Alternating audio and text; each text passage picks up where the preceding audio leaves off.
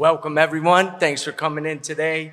I'm excited about this day and about introducing Jordan Ott as our new head basketball coach. I'm going to start off with a little bit of how we got here and why we got here. We completed an extensive head coaching search with a diverse, highly talented group of candidates. We met at different stages.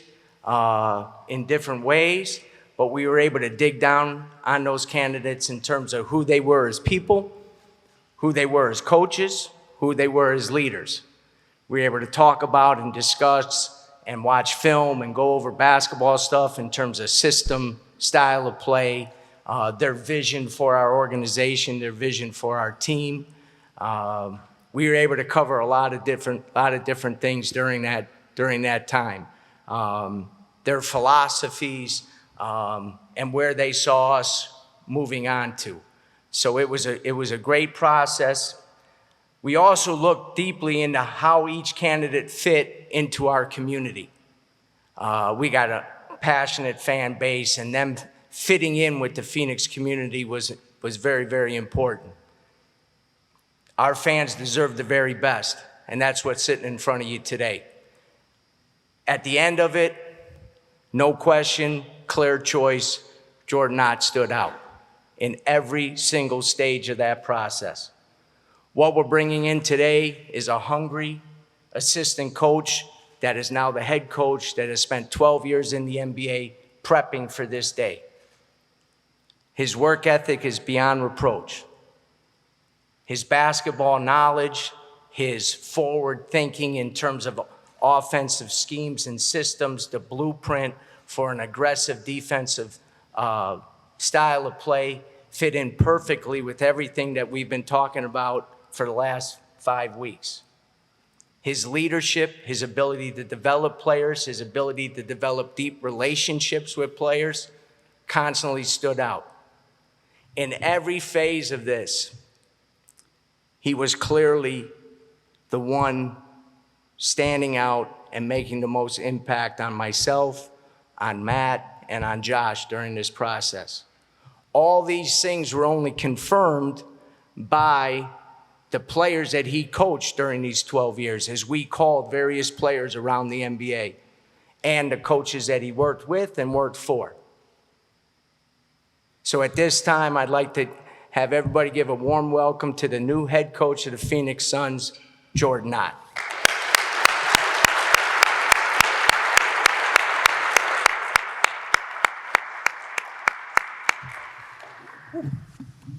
Yeah. Whoa. What a day, It's been really what a week, if I'm honest. Just what a whirlwind, and how truly special this is for me and my family. I'm honored to be the next head coach of the Phoenix Suns. But when you get the call and you go through your emotions, you're like, man, you've been around and been lucky to be around a lot of good people. And, it starts with the different places I've been to, and then all the different coaches and the support staff that I've been around. And I know a lot of you have reached out, and I'm truly thankful for helping me along this journey. And, part of that is the highs and part of that's the lows. And when you sit back and you realize, man, it's a pretty cool thing to be involved in basketball. And the most important piece, over now it's 19 going on 20 years, my 7 years in college and 12 in the NBA is the players. It's incredibly tough what you guys do. And to be an NBA player, to maintain yourself in the league, to grow, to be resilient, you're in the toughest environment in the world in the sport that you play. And for those guys that have allowed me to coach them, you've definitely helped coach me and get me better. I can still hear Pat Bev barking in my ear. I hope I've made you better because I know that you've made me better. And without you guys, everyone that I've been around, all the players, without that, I wouldn't be sitting here. Then a special thanks to Matt Ishbia, Brian Gregory, and Josh Bartelstein for giving me this opportunity to be the head coach of this great organization in this community. The tradition of winning, the Suns basically changed the way the game has been played. And we're so excited to be here in this community. And then quickly my mind goes from that to what's next. And that's how my mind has been all weekend into this week since we've got here. What's next? And the next challenge, the next hurdle, and that's an important piece to all this, how excited I am to be going forward with you all. Thank you. We'll open up for some questions now. Gerald Bourget, PHNX Sports. Jordan, congratulations. Brian, good to see you as well. Great seeing you. Jordan, for you, you mentioned the various stops that you've been throughout your career. Obviously, you've carved out an identity as an assistant coach. Now taking that next step as a head coach, what kind of head coach do you want to be, and how do you want your players to see you as a coach? Yeah, thanks, Gerald. I think, moving that 12 inches over is different. But I'm always going to bank on who I am as a person. That hasn't changed. I think if you ask around the people that I've been around, we're going to demand that you work. That's where it's going to start. I want them to know and believe that I'm going to help them. We, this place, we're going to help them. We're going to help them at every phase of their game. We're going to help develop them, get to a new level that they didn't think they could get to. And it's going to take all of us. And then it's tough. It's tough to play in the NBA. And I want them to know when they're out there playing that we're together. Not only your teammates, but us as coaches, all the support staff, we're all here to find solutions. And then after the game, we'll talk about it, evaluate it, get to the next. And congratulations on the end of flu grad with the Phoenix Suns. Just looking at your journey as a whole, you started off as a video coordinator. How do you think just the years that you've spent in the league leading up to this point will better serve you even with the players and just building those relationships? Yeah, again, I think I've thought about that over time, and then the last week it really hit you. But, it's just so many different situations that you're put into when you're in sports in a competitive environment. I've been on teams that, when we first got to Brooklyn, it was 20 wins, 28 to then try to make the playoffs. And then, the last 5 years has been interesting. We had a great team with multiple superstars in Brooklyn, and those arenas and those environments change you, change the players. That's the highest level of pressure and how you maintain yourself, grow, and move it forward. Those 2 years in Brooklyn, my 2 years in LA, and then of course this last season in Cleveland have definitely put me in the fire. And I'm excited to now go forward and show all that I've learned. Hi, Jordan. Doug Haller with The Athletic. Welcome to the Valley. Thanks, Doug. Just throughout your experience, when did you first start seeing that this might be possible in your career, that one day, and instead of being an assistant or whatever, that you might be sitting in the lead chair for an NBA franchise? Yeah, Doug, I think I have too much appreciation for the profession to believe that, guaranteed it's going to happen.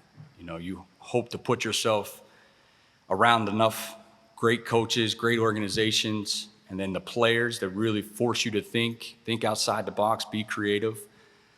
I think those last 5 years, and especially, in the last 12 months, really then taking action on what I've learned, specifically over those, the 2 in LA, 2 in Brooklyn, to then put it to action. And then the way we played, the way the Cleveland Cavaliers played last year, that's how everyone wants to play. And that's the exciting piece, being there at the ground level to build that, and then take that to a new place where we can build it here. Jordan, back here in the back right. Kellen Olson, Arizona Sports. Nice to meet you. Welcome to the you. Valley. Thank you. With what Brian was mentioning about offensive and defensive philosophies, I'm sure you're chomping at the bit to craft your own style of play. What comes to mind for you when Brian mentions those philosophies and sort of the key bullet points for you with the forward thinking that he was mentioning? Yeah, everyone's going to say pace, right? So offensively playing faster, I think a way to look at it is playing earlier in the clock. We know the efficiency of offensive possessions, start high and they drop. So how often can we get a good look early in the possession? So we're going to play fast. We're going to move. And, the cutting piece is important. And we saw that this past season. Teams started to pick up on it. But we're going to cut, we're going to move bodies, and then we're going to find ways to get extra possessions. So we're going to crash, find ways to get extra possessions because, we know how important it is to win the possession game. Not only do you got to get high-quality shots, you got to be there in the possession game. And then defensively, like BG mentioned, I want to play aggressive. We see it in the playoffs. We see exactly two teams that are at the end of the day in the finals, what aggressive defensive mentality does to the offense and how it impacts the offense. And then we're going to communicate. Defensively, it's so random. Offenses are becoming more conceptual. How we communicate, and then at the end of the day, defense needs effort. All-out effort all the time. And then we're going to have to be connected. Through the 48 minutes, there's going to be some type of adversity. Can we stay connected to move past that and be more connected for a longer period of time than the other team? And the last piece, and I've already hit on it a little bit, is we're going to do it collaboratively. And again, I think I've seen the change in the last handful of years in the NBA is we need everyone to help and find solutions. That's all departments, all of us, to help these guys not only get better, but then find solutions before the game, in game, and then post game. So that's going to be our playing style. Again, I am chomping at the bit to try to get this thing, get on the court, but to the guys' credit, they've been in here working, so it's definitely an exciting part. Hey, Jordan, Shane Young with Forbes. Welcome to Phoenix. Thanks, Shane. Just curious, what does it mean for you to have Devin's support throughout this whole process, and what has stuck out to you about him throughout his career? So, yeah, I'll tell you a little story about Devin. 1-on-0 workout in a draft workout. Again, it was just coach, player, rebounder, and I can remember how he communicated and competed with himself in a 1-on-0 workout. And we left that workout knowing that he was different. And then to see how early he had success in his career, of course from afar, but bubble to 2021 season to take this team to the finals, and all the great things that he's accomplished so early in his career, being a all-time leading scorer. And he's in his prime, ready to rock. And again, we need to help him. And that's my job as the coach, to help him in multiple areas, help him find solutions, so he knows that he has us behind him. Make or miss, end the game on the line, make or miss, we're behind him. Hey, Coach. Dwayne Rankin, Arizona Republic. Congratulations. Thanks. Welcome to Phoenix. I got actually a question for you and a question for Brian. First with you, when I look at just following up what has happened here as far as guys getting 1 year with Frank and then you have Budenholzer, was there any trepidation at all with you? I understand it's the first opportunity that you could have to be a head coach, but did you have any thought of, I'm getting ready to fall into something where the last couple of coaches haven't got but just 1 year? No, I mean, I think we're all aware of what we sign up for when we're an NBA basketball coach. And again, I'm not here to look back what has happened. I'm here right now and focused to move this thing forward. That's my sole energy. It's been a busy couple days, a lot going on, but that's exciting. And I'm focused on moving this group forward from here on out. Okay. And then Brian, the same, just tips around along the same lines, but for you, as far as the process and talking with the coaches, how important is it to say, okay, look, this is a process and it's not going to be a 1 year deal, or is it, hey, look, we're trying to get it done in 1 year, and if it's not, we might look to move forward? No, I think, as Jordan said, anybody in this profession, the coaching profession, as Jordan said, knows the challenges that come with it. But during the process, we understood that we wanted to find the right coach that fit a lot of the stuff that I talked about a few weeks ago, that Matt talked about a couple weeks previous, in terms of building that identity, building a team that this great community can be proud of. He described how we're going to play. That was the buzzword. The alignment was there in terms of that, And now, as I said a few weeks ago, now we got to go execute. And if we execute, then we're going to be in a great place. And that's what we're excited about. Coach Richard Sines, Fox 10, congratulations. Welcome to the Valley. It was mentioned, you got the support of Devin Booker. Other people have also come out and kind of backed you. Draymond Green, for one, a guy that seems not easy to impress. Darvin Ham, one of your colleagues. You got players here supporting you. How exciting would it be for you to prove these people, including Mr. Gregory, right with this decision? Yeah, I'm not into proving people right, changing the doubter's mind. I just don't think like that, to be honest with you. It's what I do on a day-to-day basis, who I want to help. That's important to me. And you do have to be process-oriented. In this business, you have to be process-oriented. There's so many highs and lows to it. Are we getting better? That's what I'm concerned about. Elliot Polikoff, Arizona's Family, 3TV, CBS 5. Congratulations. Welcome to the Valley. Thanks. You've obviously been hoping to make this next step in your career and become a head coach probably for, a while. And, what excited you specifically about this Suns opportunity and the chance to be a part of this organization? Again, I think, a lot of things that BG has already stated, and this is an exciting opportunity because first off, the players, it's always the players, and it's the actual organization. And I know that I have the support from above me, that we can do this step by step, to do it the right way, to build this thing out. I think as you look across the NBA, there's so much parity around the league. And even where Indiana was a couple years ago to where they are now, the team in Cleveland, 16-win jump, we can make that jump, but we're going to do it in a systematic way. And I know BG, Matt, Josh, we all share the same thinking that we can do this in a systematic way, step by step, to build this thing out right. Hey, Jordan, Brendan Clean, Locked on Suns podcast. We've seen a lot of first-time head coaches recently talk about the value of experienced assistants, JJ in LA or Joe Mazzulla, people like that. How are you thinking about building out a staff, surrounding yourself with people you could trust and maybe who have that experience? Yeah, I think even in the process, this comes up, and you want your staff to be high character and high care. So who they are as people, loyal, trustworthy, and then do they do the work? And if we can consistently find that in our staff, we're in good shape. And I'll also say I have so much respect for the coaching profession that we know how hard it is to rise in this profession and how hard it is when some type of change like this occurs. So we're going to take our time. We're going to fill this thing out right, again, to help our group, help our players, make sure we're all on the same page. But yes, we will be building our staff out throughout the month. Hey, Jordan, over here. David Brandt with the Associated Press. Congratulations on the job. Excuse me, there's been some jokes that they might rename the franchise the Phoenix Spartans with all the Michigan State ties.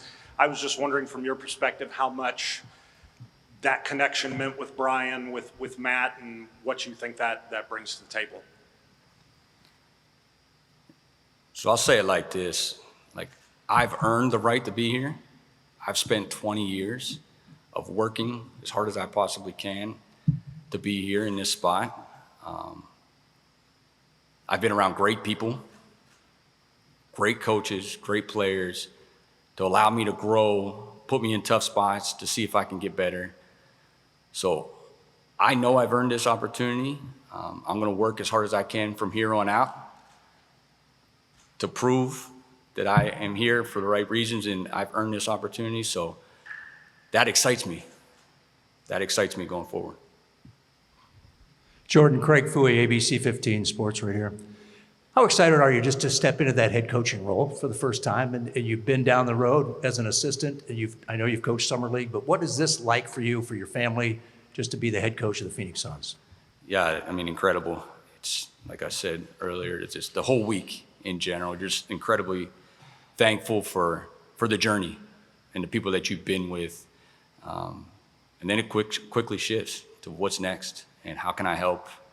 You know, we have the draft coming, we have summer league coming, so that's where my mind is. I'll enjoy the evening with my family. They leave tomorrow, and we'll get back to work. Gerald Bourguet, PHNX Sports. Again, this is a question for the both of you. In the past, we've seen and heard that the head coaches are involved with the front office in terms of personnel decisions and talking that through. Jordan, you went through a list of philosophies that you want the Suns to play with. How does that conversation look in terms of moving forward and what the roster might look like, roster moves, that sort of thing? Want me to go? You know, a lot of that goes back to the piece of us working together on a daily basis.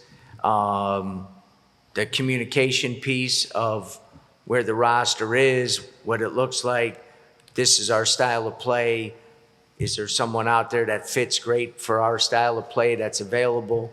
That, as Jordan mentioned, the draft coming up. We've had a couple draft workouts this week that Jordan's been able to be at. He sits in on the debrief meeting afterwards. So again, one of the best parts of this is the relationship and partnership that we're going to have on a daily basis. And with that comes personnel questions and team makeup and different things like that. And when you have a common goal and a shared vision, that makes it a lot easier. Coach, yes, I'm sorry, Brian over here. Just to piggyback off what Gerald said, obviously, Jordan, you have a relationship with Kevin Durant, but then obviously trying to move forward. What's the process in terms of tying the two, that you may move forward without Kevin, and yet he's trying to build a team?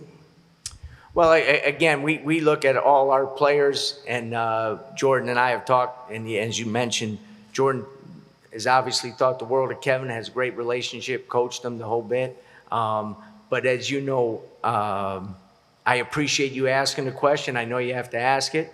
But as you know, when it comes to contract negotiations, player contracts and so forth, we don't discuss those. But it's something that in terms of our team and so forth, we're always talking about building our team. Hey, Jordan, just from your time around the league, what are the most important steps to building trust and the relationships with your players? Yeah, great question. I think that is the most important piece to coaching. And to be in the NBA, you obviously have to be talented. I think right now in the NBA, you not only have to be talented, but you have to have high character. So initially, everyone, will be respectful of the position, but it quickly turns to, can I help them? And once they know you can help them, that helps the relationship. That helps you coach them once that relationship is formed. So when I prove and when our staff proves that we can help them, that's when you got a good thing going. And that's where we're going to be building to. Jordan Hayden Silly with Clutch Points. First off, nice to meet you. Congrats on the job. Brian, nice to see you again. Good seeing you. Kind of piggybacking off of Shane's point about relatability. I'm just curious from your perspective when it comes to relating to players, when you are able to relate to them on a personal level, how does that impact or sort of elevate their game on the basketball court? I think like any good team, and you're trying to find a way to connect. The best or most common now that I use is children. It's an easy way to connect with players. And then the young players, it's your experiences, But it all comes back to time. Spending time with these guys, developing that relationship. So then when something goes a little off, And then we can quickly get everyone back on the same page, moving in the right direction. But relationships are built through trust with time. And that's what we'll be looking to build. One thing real quick along those same lines was, during this process, even kind of before it started, met with a lot of our players, talked to some other players on other teams throughout the league in terms of just a profile for what the successful head coach would look like in the NBA right now. And it was amazing how connected those answers were with, and I met with our young guys to our older guys. You know, players today want quality. They want to know that their head coach is a good guy, you know, that there's values and that they're going to be treated in a valuable way, not just them as players, but them as people. And the other people around the organization are treated that way by the head coach. They want substance. They want to know, as Jordan just said, that this guy knows what he's talking about and can help them grow as a player while also incorporating that growth into the success of a team. We have a Hall of Famer from the Suns organization that had a great line. He told me, substance commands the room now. And I took that to heart as going through this process. They want a coach who's honest. Players may not always like to hear what's being told, but they want an honest evaluation. And last but not least, they want standards. Guys want to know what's going to be expected of them, and they want to be held accountable, and they want everybody held accountable. So as we went through it, every time I went through this, that's Jordan Ott. That's the guy sitting right here. That's the guy that when I went through the characteristics with our current players, and as I said, players around the league, because I wanted a different perspective, that's exactly what we got. Jordan, when you look at your extensive player development background, you just mentioned the draft workout with Book. Over your time, what are some of the key attributes that you found in those spaces that have helped not only evaluate players before you get them, but then afterwards in developing them? And how involved do you plan to be with the next couple of weeks in the draft coming up? Yeah, just over time, it's the guys that have high character. This is a competitive league, and you have to trust that player is going to do exactly what they say, or it doesn't work. So having high character is very important to me and to us. The other piece is having great professional habits. Again, coming back to the work, showing up on time, treating people with respect, knowing that there's something bigger than just yourself. And then just over time, that work with the high character that you have tends to give you a chance, because it is incredibly tough to be an NBA player. It's incredibly tough to survive for multiple years in this league. So those two things is what we will look for, what I'm most excited about looking for in the future, the draft. And that's, I've only been here a couple of days, so I've seen a couple of draft workouts. I'm coming late in this process, but yeah, that's what we want the Phoenix Suns to be about. You talked about earning the right to be here. When you look at your path, it's pretty obvious. Starting out in the video room in Atlanta, a room that's produced guys like Eric Spoelstra and David Griffin, who have been pretty successful. When you look at your grind that you've grinded over the years, how much do you think that has prepared you for this particular moment, where you maybe say, I could take something from this coach here, or this coach here, or this situation with this team here, and kind of make it into my own with this opportunity for you? Yeah, so I think it always starts with the work. In the video room, to succeed in the video room, you're going to have to work long hours, be available, be there when no one is. I think a part of being in the video room, you have to be curious, to learn, to know that you don't have all the answers. I think I have carried that with me. I definitely think in Cleveland, Kenny's the most curious man in basketball. There's other ways to learn about the game, but also best practices in the training room, best practices in the weight room. That's what I strive to do, is to be curious and continue to learn. I think my path has taught me to be process-oriented. Again, highs and lows, wins and losses. The help of analytics has helped me there. Maybe not quite as bad as you think you are, or maybe not quite as good. The part of analytics has helped me there. Just stay steady, just continue to get better. And then to be consistent. So you can work, but it's hard to consistently work to make yourself better and stand out.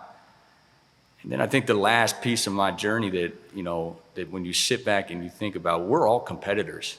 It just comes out in different ways. So having that competitive edge that fuels your fire, that, you know, there's going to be people out there. And we want all to get to the mountaintop.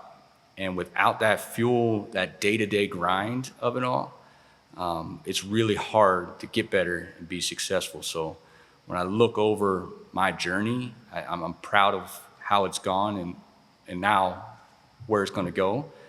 But those things aren't going to leave me. They're always going to be a part of me, and for that, I'm thankful.